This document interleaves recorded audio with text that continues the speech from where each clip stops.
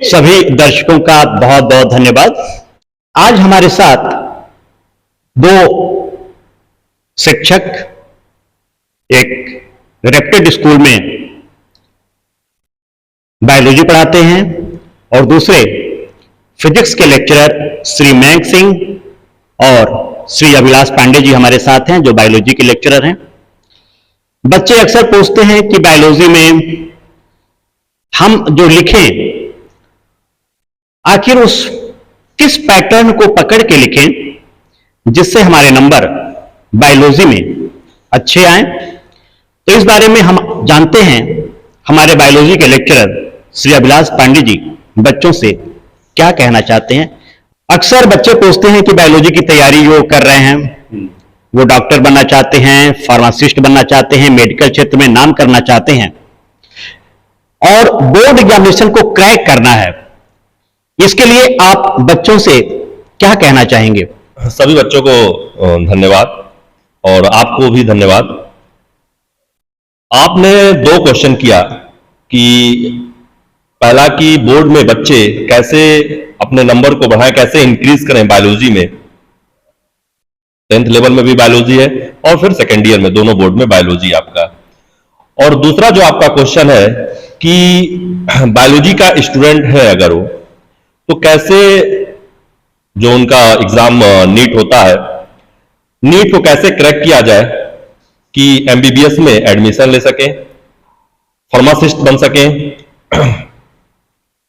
या जो JNM ANM का कोर्स है जो कि लड़कियों के लिए होता है, उस कोर्स में कैसे एडमिशन लें। तो हम सबसे पहले आपको बोर्ड में कैसे नंबर को इंक्रीज करना है, कॉपी में कैसे लिखना है, हम इस चीज को आपको बताते हैं कि आप कॉपी में, बायोलॉजी की कॉपी में कैसे आप लिखें कि एग्जामिनर उसे देख के अट्रैक्ट हो और उसे आपको नंबर देने के लिए बाध्य हो। तो जो कि सबसे इंपॉर्टेंट और कम शब्दों में हमें बायोलॉजी में लिखना है, तो सबसे पहले आपको जो भी 70 नंबर का आपका पेपर होता है, ऑब्जेक्टिव को छोड़ते हुए, मतलब ऑब्जेक्टिव तो आप करेंगे, लेकिन ऑब्जेक्टिव के बाद से जो क्वेश्चन शुरू होते हैं, जो 2 नंबर से शुरू होकर 9 नंबर तक चलते हैं क्वेश्चन, इन सभी क्वेश्चन में चाहे पूछा जा रहा है या नहीं पूछा जा रहा है, आप हर एक क्वेश्चन में आप फिगर को इंक्लूड करेंगे। फिगर आप रफली बनाएंगे, फिगर को रफली बनाने के साथ आप उसको इंडिकेट सही करेंगे। अगर आप इंडिकेट गलत करते हैं, कितना भी आप अच्छा कॉपी क्यों ना लिखे, आपके फिगर को ही, आपका फिगर ही दर्शा देगा एग्जामिनर को कि आप क्या बताना चाह रहे हैं। तो सबसे पहले आप फिगर बनाएंगे, फिगर आपका रफली फिगर हो, ज्यादा आप समय फिगर पे देंगे तो और क्वेश्चन छूट जाएंगे। रफली फिगर हो, इंडिकेशन उसका सही हो कि लीवर कहां पे है या स्टमक कहां है, पेनक्रियास कहां है, उसका जो डायरेक्शन है कि लेफ्ट में है या राइट में है, अपर है या लोअर में है, आप उस चीज को आप दिखाएंगे, कोई भी आर्गन्स हो। तो सबसे पहले आप क्या करेंगे, फिगर, क्योंकि बायोलॉजी का मतलब ही है कि आपको फिगर, अगर आप फिगर के बारे में आपको जानकारी है तो आप एग्जामिनर को पता चल जाएगा, उसे यह लग जाएगा, वो पढ़ने नहीं जाएगा कि आप क्या लिखे हैं। आपका अगर फिगर सही है तो आपको वो पूरा का पूरा फुल मार्क्स आपको देगा। पूरे कॉपी में आपको फिगर ड्रा करना है, चाहे क्वेश्चन में फिगर पूछा जाए या ना पूछा जाए। दूसरी बात, जब आप फिगर बनाएंगे तो चाहे वो लॉन्ग क्वेश्चन होगा, चाहे वो शॉर्ट क्वेश्चन होगा, चाहे वो वेरी शॉर्ट क्वेश्चन होगा, तो आपका जो समय है वो बचेगा और लॉन्ग क्वेश्चन की ओर आप आराम से लॉन्ग क्वेश्चन को कर सकेंगे। ये हम 10th के भी बच्चों के लिए कह रहे हैं और 12th के बच्चे के लिए कह रहे हैं। तो ये था आपको कैसे आपको लिखना है। इसमें जो सबसे इंपॉर्टेंट, मैं फिर से एक बार रिपीट कर रहा हूं, इंपॉर्टेंट बात कि जो कि हम अक्सर छोड़ते हैं और लिखने का प्रयास करते हैं, और लिखने में हम क्या करते हैं, बहुत तेजी से, बहुत शॉर्ट छोटे शब्दों में लिखते हैं और लिखने में भी हम बहुत खींचते हुए, घसीटते हुए लिखने का प्रयास करते हैं और एग्जामिनर को यह बात पता चल जाता है कि इसे जानकारी सही से नहीं है। तो आप क्या करेंगे, आप फिगर को सही से ड्रा करेंगे, स्केच उठाइएगा, स्केच से क्वेश्चन नंबर 1 का आंसर मान लीजिए पूछा गया है कि जेनेटिक कोड्स के बारे में पूछा गया है, या डीएनए रेप्लिकेशन के बारे में पूछा जा रहा है, या डाइजेस्टिव सिस्टम के बारे में पूछा जा रहा है, आप बोल्ड मार्कर से आपको स्केच से आप डाइजेस्टिव सिस्टम लिखेंगे और नीचे डाइजेस्टिव सिस्टम का फिगर लिखेंगे और फिर आप उसके बारे में आप बताएंगे कि डाइजेस्टिव सिस्टम में क्या होता है, माउथ है, बक्कल कैविटी है या फेरिंग्स है। हर एक पार्ट को आप हेडिंग डाल के एक एक शब्दों में लिखेंगे। क्यों? क्योंकि एक एक शब्द इसलिए लिखना पड़ रहा है क्योंकि आपने फिगर में सब कुछ इंक्लूड कर दिया है और सामने एग्जामिनर को यह पता चल गया कि अगर आप माउथ को कहीं और दिखाते हैं, लीवर को कहीं और दिखाते हैं, कितना भी अच्छा आप लिख देंगे आपका नंबर कट जाएगा। दूसरी बात जो सर ने पूछा है बच्चों को बताने के लिए कि किस प्रकार से हम मेडिकल के जो एंट्रेंस एग्जाम हो रहे हैं उसे हम क्रैक करें। फार्मा लाइन और एमबीबीएस लाइन ये दोनों अलग है, एंट्रेंस एग्जाम इन लोग का अलग होता है। एक आपका जो नीट कराता है, नेशनल एलिजिबिलिटी टेस्ट जो है आप में, इसमें एमबीबीएस में दाखिले के लिए होता है। इसमें आपको अपने सब्जेक्ट पे सबसे पहले तो हमें अपना जो सब्जेक्ट हमारा है वह है बायोलॉजी की स्टूडेंट है तो अपने सब्जेक्ट पे हमें कमांड बनाना है क्योंकि 360 नंबर की मार्किंग होती है अपने सब्जेक्ट में, जिसमें बायोलॉजी में जूलॉजी और बॉटनी दोनों आता है। उसके बाद आपका फिजिक्स और केमिस्ट्री होता है जो 180 का मार्किंग उसमें रहती है। तो हमें जो सबसे मजबूत लेके चलना है क्योंकि बायोलॉजी का जो स्टूडेंट होता है उस बायोलॉजी के स्टूडेंट का जो फिजिक्स वाला जो पार्ट होता है वो बहुत कमजोर होता है। तो जब फिजिक्स का पार्ट कमजोर है तो हमें अपने मेन सब्जेक्ट पे जो कि बायोलॉजी जो 360 नंबर का उसको मजबूत करना है और उस बायोलॉजी के साथ साथ क्योंकि बायोलॉजी का स्टूडेंट हमेशा आगे जब भी वो पढ़ाई करेगा उसके साथ बायो के साथ केमिस्ट्री उसका साथ रहेगा, केमिस्ट्री का साथ नहीं छूटेगा। तो दूसरे पे हमें केमिस्ट्री को प्रिपेयर करना, केमिस्ट्री की तैयारी जबरदस्त हमको जोर देना है। अगर आपने बायोलॉजी में अपना 19% आपने बायोलॉजी पे दिया, 90 क्वेश्चन आप मतलब टच करते हैं 90% और फिजिक्स में भी अगर आप केमिस्ट्री में आप 75 प्लस भी कर रहे हैं और फिजिक्स में आपका 50 प्लस भी है या उससे कम भी है तो भी आप आराम से गवर्नमेंट आप ले लेंगे कॉलेज को। तो हमारे कहने का मतलब है अगर जो भी स्टूडेंट नीट को क्रैक करना चाहते हैं उनको सबसे पहले अपने सब्जेक्ट पे कमांड करना होगा, फिर केमिस्ट्री पे और फिर आपका फिजिक्स होता है। क्यों? क्योंकि फिजिक्स में जो पेपर्स बनते हैं वो जरूरी नहीं है कि नीट लेवल को देख के ही पेपर बने, वो जेई मेंस को देख के भी पेपर को वहां से उठा के भी कुछ क्वेश्चन आपको पूछे जाते हैं जो कंफ्यूज करते हैं। फार्मासिस्ट में जो कि दो तरह से फार्मासिस्ट में एक होते हैं, एक होता है डिप्लोमा इन फार्मेसी जो कि पॉलिटेक्निक के माध्यम से होता है। पॉलिटेक्निक का फॉर्म आया है, मैं बच्चों को भी बताया हूं, सर के इस चैनल के माध्यम से भी मैं आपको बता रहा हूं। पॉलिटेक्निक का फॉर्म आया, जेई कब करके है, आप सरकारी रिजल्ट.com पे जाएंगे, वहां से जेई कब है, वहां से आप सर्च मारते हुए आप ग्रुप ई में 2 साल का फार्मेसी का कोर्स होता है, आप ग्रुप ई को सेलेक्ट करेंगे, 2 साल का वो कोर्स होता है। गवर्नमेंट कॉलेज उसमें कम है, आप गवर्नमेंट आप निकाल लेते हैं क्योंकि आप इंटर में जो आप पढ़ रहे हैं यही physics chemistry biology entrance exam में वहां भी पूछा जाएगा। थोड़ा सा लेवल उसका भी होता है, नीट के अपेक्षा कम उसका लेवल होता है, वहां भी ऑब्जेक्टिव क्वेश्चन से पूछे जाएंगे, वहां भी फिजिक्स केमिस्ट्री बायोलॉजी ये 3 पार्ट से आपको क्वेश्चन पूछे जाएंगे। तो वहां पे जिन बच्चों को डिप्लोमा इन फार्मेसी करना है, डिप्लोमा के कोर्स करना है तो वो डिप्लोमा इन फार्मेसी करेंगे जिसमें आप मेडिसिन जैसे जो भी अभी इस समय हमारी जो सरकार है वो शिक्षा और चिकित्सा पे ज्यादा फोकस कर रही है, मेडिकल कॉलेजेस खुल रहे हैं तो वहां पे जो भी मेडिसिन विभाग होंगे वहां पे आपको फार्मासिस्ट के लिए रखा जाएगा। दूसरा है bachelor in pharmacy, B pharma होता है। कुछ बच्चे ऐसा कभी देखने को होता है कि डिप्लोमा इन फार्मेसी करके बैचलर इन फार्मेसी में भी एडमिशन लेते हैं। इसका फायदा यह मिलता है कि जो 4 साल का कोर्स है बैचलर इन फार्मेसी वो 3 साल वहां पे आपको पढ़ना होता है क्योंकि आपने डिप्लोमा इन फार्मेसी 2 साल आपने पढ़ लिया है, ठीक है। तो इसके लिए भी आपका बैचलर इन फार्मेसी में डिप्लोमा इन फार्मेसी की अपेक्षा थोड़ा लेवल जो होता है उसका हाई होता है। उसके लिए आपका ट्रिपल भी अब बी फार्मा करा रहा है, मदन मोहन मालवीय इंजीनियरिंग कॉलेज में बी फार्मा आ चुका है।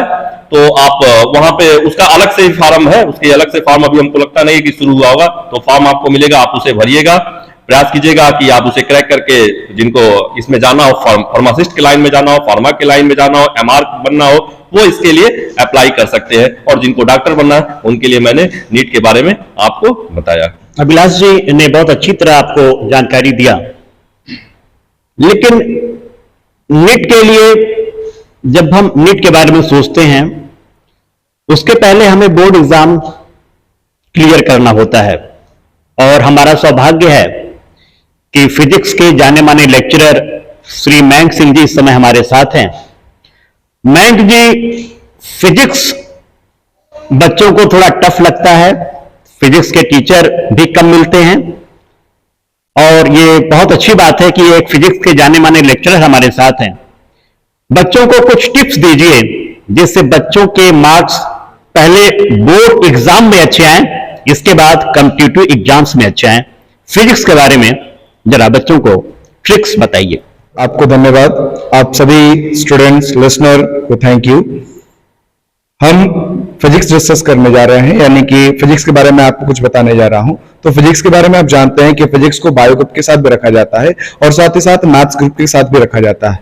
ऐसा क्यों है मैं आपको समझाऊंगा, और साथ ही साथ बोर्ड एग्जामिनेशन में आप कैसे इसको टैकल करें अच्छे नंबर गेन करने के लिए, यह मैं आपको समझाऊंगा। तो बोर्ड एग्जामिनेशन में जैसा कि सर ने बताया, विलास सर ने भी बताया कि बायोलॉजी में डायग्राम सबसे इंपॉर्टेंट है, ठीक उसी तरीके से फिजिक्स में रे डायग्राम्स होते हैं। ठीक है, आप माइक्रोस्कोप, टेलीस्कोप या किसी भी तरीके का स्कोप बनाते हैं, कॉनकेव, कॉन्वेक्स, किसी भी तरीके का मिरर लेंस प्लॉट करते हैं, कुछ भी आप करते हैं उनके अपने रे डायग्राम्स होते हैं। उन रे डायग्राम्स का प्लॉटेशन सबसे कंपलसरी होता है। अगर वो रे डायग्राम्स अगर आप लोगों ने सब्जेक्ट के हिसाब से, टॉपिक के हिसाब से अच्छे से दिया है तो I am sure that you get much more marks in your board examination. ठीक है, अगर आप ये करते हैं तो आपको मैक्सिमम मार्क्स आपके एग्जामिनेशन में दिए जाएंगे, क्योंकि रे डायग्राम आप लोगों ने अच्छे से प्रोटेक्शन किया है। इसके साथ फिजिक्स में या साइंस के किसी भी सब्जेक्ट्स में यह बात हमेशा आपको ध्यान में रखने वाली है कि यहाँ पे दिस, दैट, दूस, इस तरीके के लैंग्वेजेस का इस्तेमाल कम किया जाता है बाबू।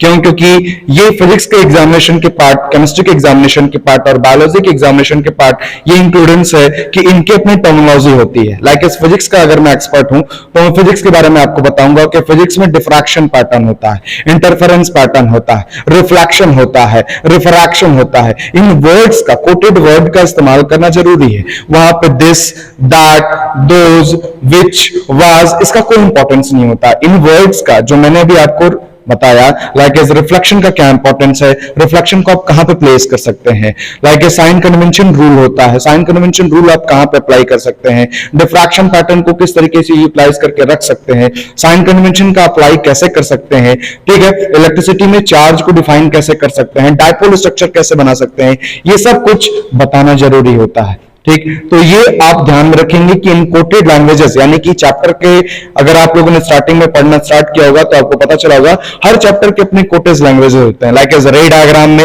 रिफ्लेक्शन, रिफ्रैक्शन, लेकिन जैसे ही उसके बाद आप दूसरे चैप्टर में चले जाते हैं, वेव ऑप्टिक्स में चले जाते हैं, तो वेव ऑप्टिक्स में वेव फ्रंट आ जाता है। ठीक है, वेव ऑप्टिक्स के पार्ट आ जाते हैं, तो रे ऑप्टिक्स के करस्पॉन्डिंग वेव ऑप्टिक्स थोड़ी चेंज हो जाती है, उसकी करस्पॉन्डिंग, उसकी जो टर्मिनोलॉजी होती है वो पहले की करस्पॉन्डिंग थोड़ी चेंज हो जाती है। तो वर्ड्स को भी उसके हिसाब से आपको क्या करना पड़ेगा, चेंज करना पड़ेगा। अगर आप ऐसा करते हैं तो एग्जामिनर को समझ में आता है कि बच्चे को फिजिक्स समझ में आती है, और बच्चे को अगर वो टर्म समझ में आते हैं, बच्चे ने रे डायग्राम बनाया है, देन इट्स ऑब्वियस कि जो भी एग्जामिनर आपकी कॉपी चेक कर रहा होगा वो आपकी अगर छोटी मोटी गलतियां भी होती हैं तो उसे इग्नोर करके भी, वो आपकी गलतियों को इग्नोर करके भी आपको मैक्सिमम नंबर देके आगे बढ़ता है। ठीक है, कम नंबर उन्हें मिलते हैं जिन क्वेश्चन करने जाते हैं और उनकी पेन फंस जाती है, वो पेन को चला नहीं पाते और वो दिस, दैट, दोस के वर्ड्स इस्तेमाल करते हैं और किसी तरीके से उस क्वेश्चन से छुटकारा पाके नेक्स्ट क्वेश्चन पे जाने का प्रयास करते हैं। एग्जामिनर को ये समझ में आता है कि बस ये बोर्ड एग्जामिनेशन को एक एग्जाम की तरह न लेके, इसको एक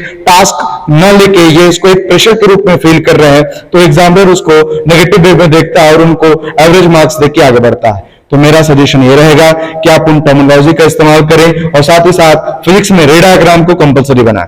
ये बोर्ड एग्जामिनेशन पैटर्न की बात हुई। कंपटीशन पैटर्न्स में फिजिक्स का इंपॉर्टेंस जैसे मैंने बताया कि बायोलॉजी ग्रुप के साथ और मैथ्स ग्रुप के साथ दोनों का कॉम्बिनेशन कंपलसरी है। मैं पहले बायो ग्रुप की बात करता हूं। बायो ग्रुप को आप फिजिक्स में क्यों देखते हैं, ये देखिए, डॉक्टर, कभी भी आप किसी भी डॉक्टर के पास जाएं तो डॉक्टर आपसे कहता है कि आप इस पर्टिकुलर सिम्टम्स को फेस कर रहे हैं, यानी कि ये चीजें आप फेस कर रहे हैं, लेकिन उसकी एक्चुअल कंडीशन उसे पता नहीं होती, तो आपसे कहता है पहले जाएं और आप इस मशीनरी के थ्रू आप उसको ऑपरेट करा के आए, यानी कि आप इसको टेक्निकल जो भी उसकी कमियां हैं, जो भी इसमें डिस्टर्बेंस क्रिएट हुआ है, उसकी अच्छे तरीके से जांच करा के आए। तो आप अलग तरीके की जांच कराते हैं, लाइक MRI जांच, ठीक है ना, CRI जांच, एक्सरे, ये इस तरीके की जांच कराते हैं। ये फिजिकल इंस्ट्रूमेंट्स हैं, ये एक्चुअली में एमआरआई मशीन्स एक फिजिकल इंस्ट्रूमेंट्स हैं जो आपको डिटेक्ट करके बता देती हैं कि इस पर्टिकुलर फंक्शन का इस तरीके से वर्किंग होना चाहिए था, लेकिन वो वर्किंग इस तरीके से नहीं कर पा रहा है, उसमें कुछ डिफ्लेक्शंस है। वो डिफ्लेक्शन जो बताता है वो लैंग्वेज में नहीं बताता कि हाँ हार्ट इस तरीके से काम नहीं कर रहा, ऐसा कुछ नहीं बताता। वो उसको टेक्निकल मेथड में यानी कि ग्राफ के रूप में रिप्रेजेंट करके देता है। तो वो ग्राफ के रिप्रेजेंटेशन का वो ग्राफ रोटेशन को एक चार्ट पे प्रिपेयर करके दे देता है। डॉक्टर के पास आप उसको लेके जाते हैं, डॉक्टर उसी का एक्सपर्ट है, उसने उस फिजिक्स को बहुत अच्छे तरीके से मेहनत के साथ शिद्दत के साथ उसको पढ़ा है, तो उस ग्राफ को बड़े अच्छे तरीके से समझता है कि स्टैंडर्ड ग्राफ क्या होता है और उसके बेसिस पर ग्राफ में क्या डिफ्लेक्शन उसको देखने को मिला है। उसके हिसाब से उसको केमिस्ट्री का भी ज्ञान होता है कि इस पर्टिकुलर ग्राफ में अगर मुझे स्टैंडर्ड पैटर्न ग्राफ अगर मुझे ले आना है तो मुझे किस तरीके की दवाइयां प्रिस्क्राइब करनी है जिसके बेसिस पे यह ग्राफ आप लोगों का पहले की तरह नॉर्मल आ जाए, जो उसका स्टैंडर्ड ग्राफ है। वो दवाइयां आपको प्रिस्क्राइब करता है जिसका वो एक्सपर्ट है। तो वो दवाइयां प्रिस्क्राइब करने के बाद वो 1 महीने के बाद आपको बुलाता है, कहता है कि आपको कुछ आराम हुआ क्या, फिर से आपको टेस्टिफिकेशन के लिए भेजता है और देखता है ग्राफ में कोई सुधार हुआ क्या। अगर कोई सुधार हुआ तो फिर उसी दवाई को कंटिन्यू करने के लिए कहता है, या फिर उससे कुछ स्ट्रॉन्ग डोजेस, वीक डोजेस, जो भी उसका एक्सपर्ट है वो उससे रिलेटेड कुछ आपको सजेस्ट करता है। अच्छा, अगर उसको लगता है कि उसका अगर कुछ समाधान नहीं निकला है तो या तो वो ऑपरेट करने की बात करता है कि उस पर्टिकुलर सिस्टम को ऑपरेट करके उसको टर्मिनोलॉजी को कट करके निकालना पड़ेगा जिसका कि वो एक्सपर्ट है। इस वजह से फिजिक्स का इंपॉर्टेंस बायोलॉजी के साथ बहुत बड़ा है, क्योंकि वो जो मेडिकल सेक्टर में जो मशीनरी सिस्टम्स है उसको ऑपरेट करना, उसे बनाना, ये फिजिक्स का ही डिपार्टमेंट है। तो इसके लिए फिजिक्स का इंपॉर्टेंस बहुत ज्यादा है। और आपको मैं बता दूं कि बायोलॉजी डिपार्टमेंट में रेडियोलॉजिस्ट का एग्जाम्पल्स सबसे इंपॉर्टेंट होता है। रेडियोलॉजिस्ट की अलग से पोस्ट आती है। आप इसको बनारस हिंदू यूनिवर्सिटी, आप पास में अगर देखने की कोशिश करें तो आप बनारस हिंदू यूनिवर्सिटी जा सकते हैं, Delhi university, Chennai university, Jalna university, हर यूनिवर्सिटीज में आपको रेडियोलॉजी के कोर्सेज मिल जाते हैं। और रेडियोलॉजी एक ऐसा कोर्स है जिसके इंपॉर्टेंस, जिसका फैक्टर आपके यूनिवर्सिटी, आपके इंडिया में बहुत कम है और इसको आप विदेशों में जाके अच्छे तरीके से कर सकते हैं। इंडिया में भी इसके फैक्टर्स आज के डेवलपिंग कंट्रीज और डेवलपिंग नेशन के बेसिस पे बनाया जा रहा है। इसका आप लोग इंपॉर्टेंस आगे चल के और तरीके से समझते जाएंगे जब आप ग्रेजुएशन में अच्छे जाएंगे। ये रहा बायोलॉजी ग्रुप के साथ। मैथमेटिक्स ग्रुप के साथ आप इसको कैसे जोड़ सकते हैं, तो मैथमेटिक्स ग्रुप के साथ आपको एनडीए के एग्जाम्स देने को मिलते हैं, सीडीएस के एग्जाम्स देने को मिलते हैं, आर्म फोर्सेस यानी कि आर्मी के एग्जाम्स देने को मिलते हैं, एयर फोर्सेस अपने अलग से एग्जाम्स कराते हैं, नेवल्स अपने अलग से एग्जाम्स कराते हैं। इन एग्जाम्स के बेसिस पे अगर आप मान के चलिए कि आपके यहाँ जब ये नया राइफल खरीद के आया, नेवल लड़ाकू विमान आया जिसकी अपनी मैनरिंग power, capability power, endurance power, ये जो कैपेबिलिटी होती है यानी किस तरीके से मूव कर सकता है, कितनी मैक क्षमता के साथ चल सकता है, मिसाइल टेक्नोलॉजीज में कितनी एंड्योरेंस पावर के साथ क्या हो सकता है, ब्रह्मोस मिसाइल में किस टेक्नोलॉजी का इस्तेमाल करता है जिसके बेसिस पे उसकी मैनरिंग पावर बढ़ सकती है। ये सब कुछ फिजिक्स डिपेंडेंस है। अगर आपको फिजिक्स समझ में आता है, प्रोजेक्टाइल मोशन समझ में आता है, तो आपको ये सब चीजें समझ में आएंगी। इसकी वजह से मैथमेटिक्स को इसके साथ कंपलसरी जोड़ा जाता है। अगर आप मैथमेटिक्स में इसको साथ जोड़ेंगे तो फिजिक्स और भी बेहतर हो जाती है। तो फिजिक्स एक ऐसा सब्जेक्ट है जिसको कि आप मैथमेटिक्स के साथ कंपलसरी जोड़ेंगे, क्योंकि उसके बेसिस पर मैनेजेबिलिटी पावर, कैपेबिलिटी पावर और किसी भी तरीके के मिसाइल सिस्टम को आप कैलकुलेट करके दिखा सकते हैं। बायोलॉजी के साथ भी इसको कैलकुलेट करके देखना जरूरी है।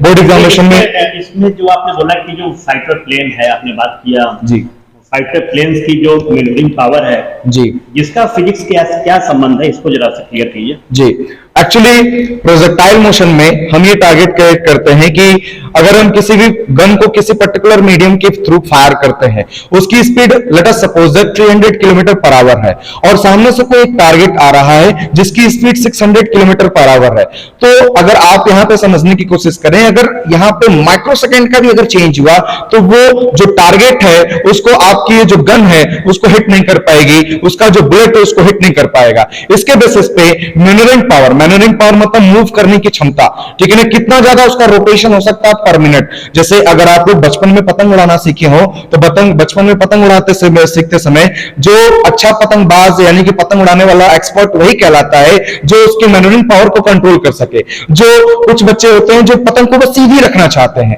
लेकिन उनकी पतंग सबसे पहले कट के नीचे आ जाती है, लेकिन कुछ बच्चे ऐसे होते हैं जिनकी पतंग की मैनेवरिंग पावर यानी कि उनकी मोबिलिटी पावर बड़ी अच्छी होती है और वो कई पतंगों को काट काट करके क्या कर देते हैं, नीचे कर देते हैं। सेम कंडीशन यहाँ पे फ्लाइंग लेफ्टिनेंट कमांडेंट के साथ होती है।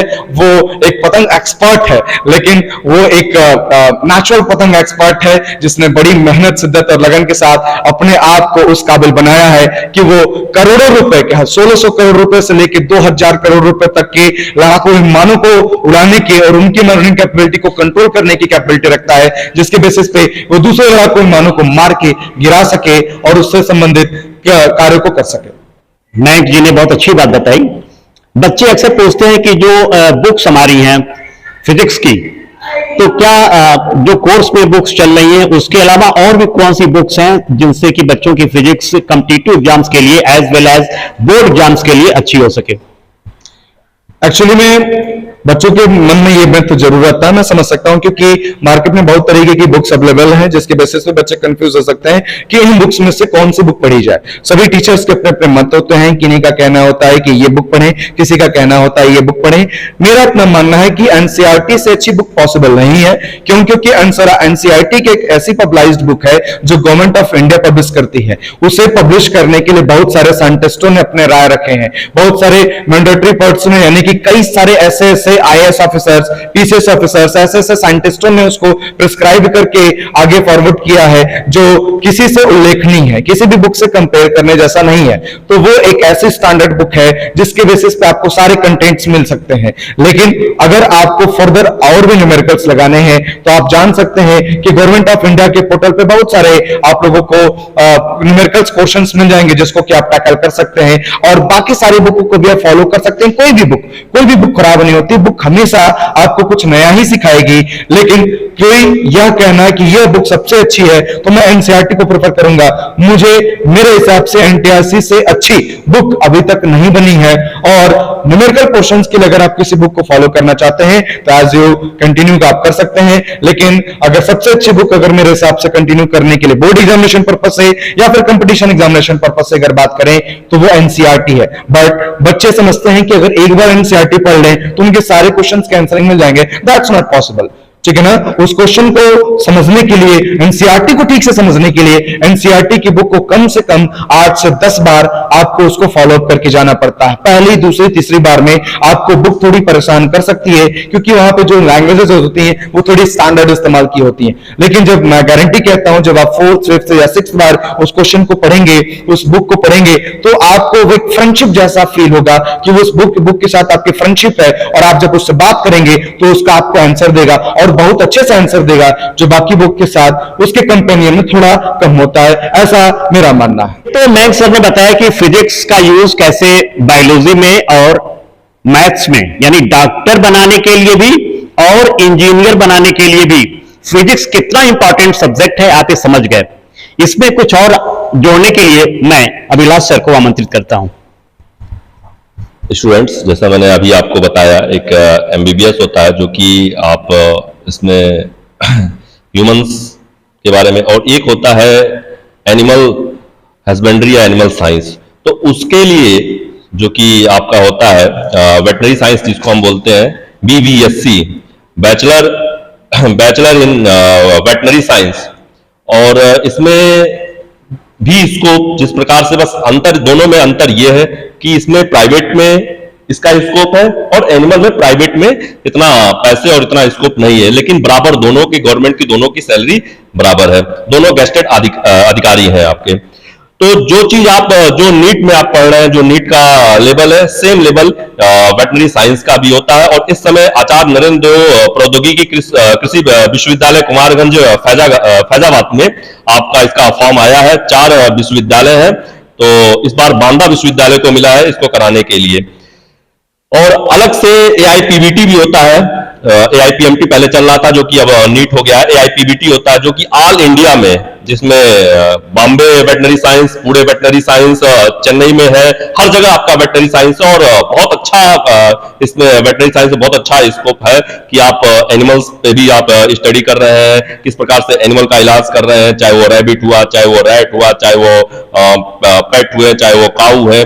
तो इनके लिए भी आपके पास इसमें भी आपको अप्लाई करना चाहिए और आपको देखना चाहिए दोनों में, जिसमें मान लीजिए आपका वेटनरी साइंस में आ जाता है तो सेम चीजें हैं, 5 इयर्स उसमें भी, 5 इयर्स 4 इयर्स के कोर्सेज ये भी हैं। तो मुझे लगता है कि अगर एमबीबीएस नहीं निकल रहा है तो अगर वेटनरी साइंस आपका निकल गया है तो आपको इसे एक्सेप्ट करना चाहिए। और एक चीज और हम आपको बता दें, एमबीबीएस में जो पहले एज फैक्टर था, उस एज फैक्टर को इस बार सरकार, गवर्नमेंट ने, मोदी सरकार ने एज फैक्टर को हटाया है।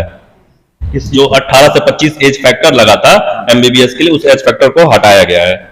बोर्ड एग्जाम की प्रिपरेशन और बोर्ड एग्जाम के बाद, यानी before board and after board आप क्या करेंगे, इसके बारे में हमारे दो शिक्षकगण श्री अभिलाष पांडे जी और श्री मयंक सिंह जी, एक बायोलॉजी के महारथी और दूसरे फिजिक्स के महारथी, इन दोनों महारथियों से आज मैंने साक्षात्कार लिया, इंटरव्यू लिया। उम्मीद करता हूं कि आपको इस वीडियो से, इस इंफॉर्मेशन से आपके फ्यूचर में, आपकी फ्यूचर प्लानिंग को इस्टेब्लिश करने में मदद मिलेगी। आप सभी लोगों का बहुत बहुत धन्यवाद। बहुत बहुत धन्यवाद आप सभी बहुत का। बहुत धन्यवाद।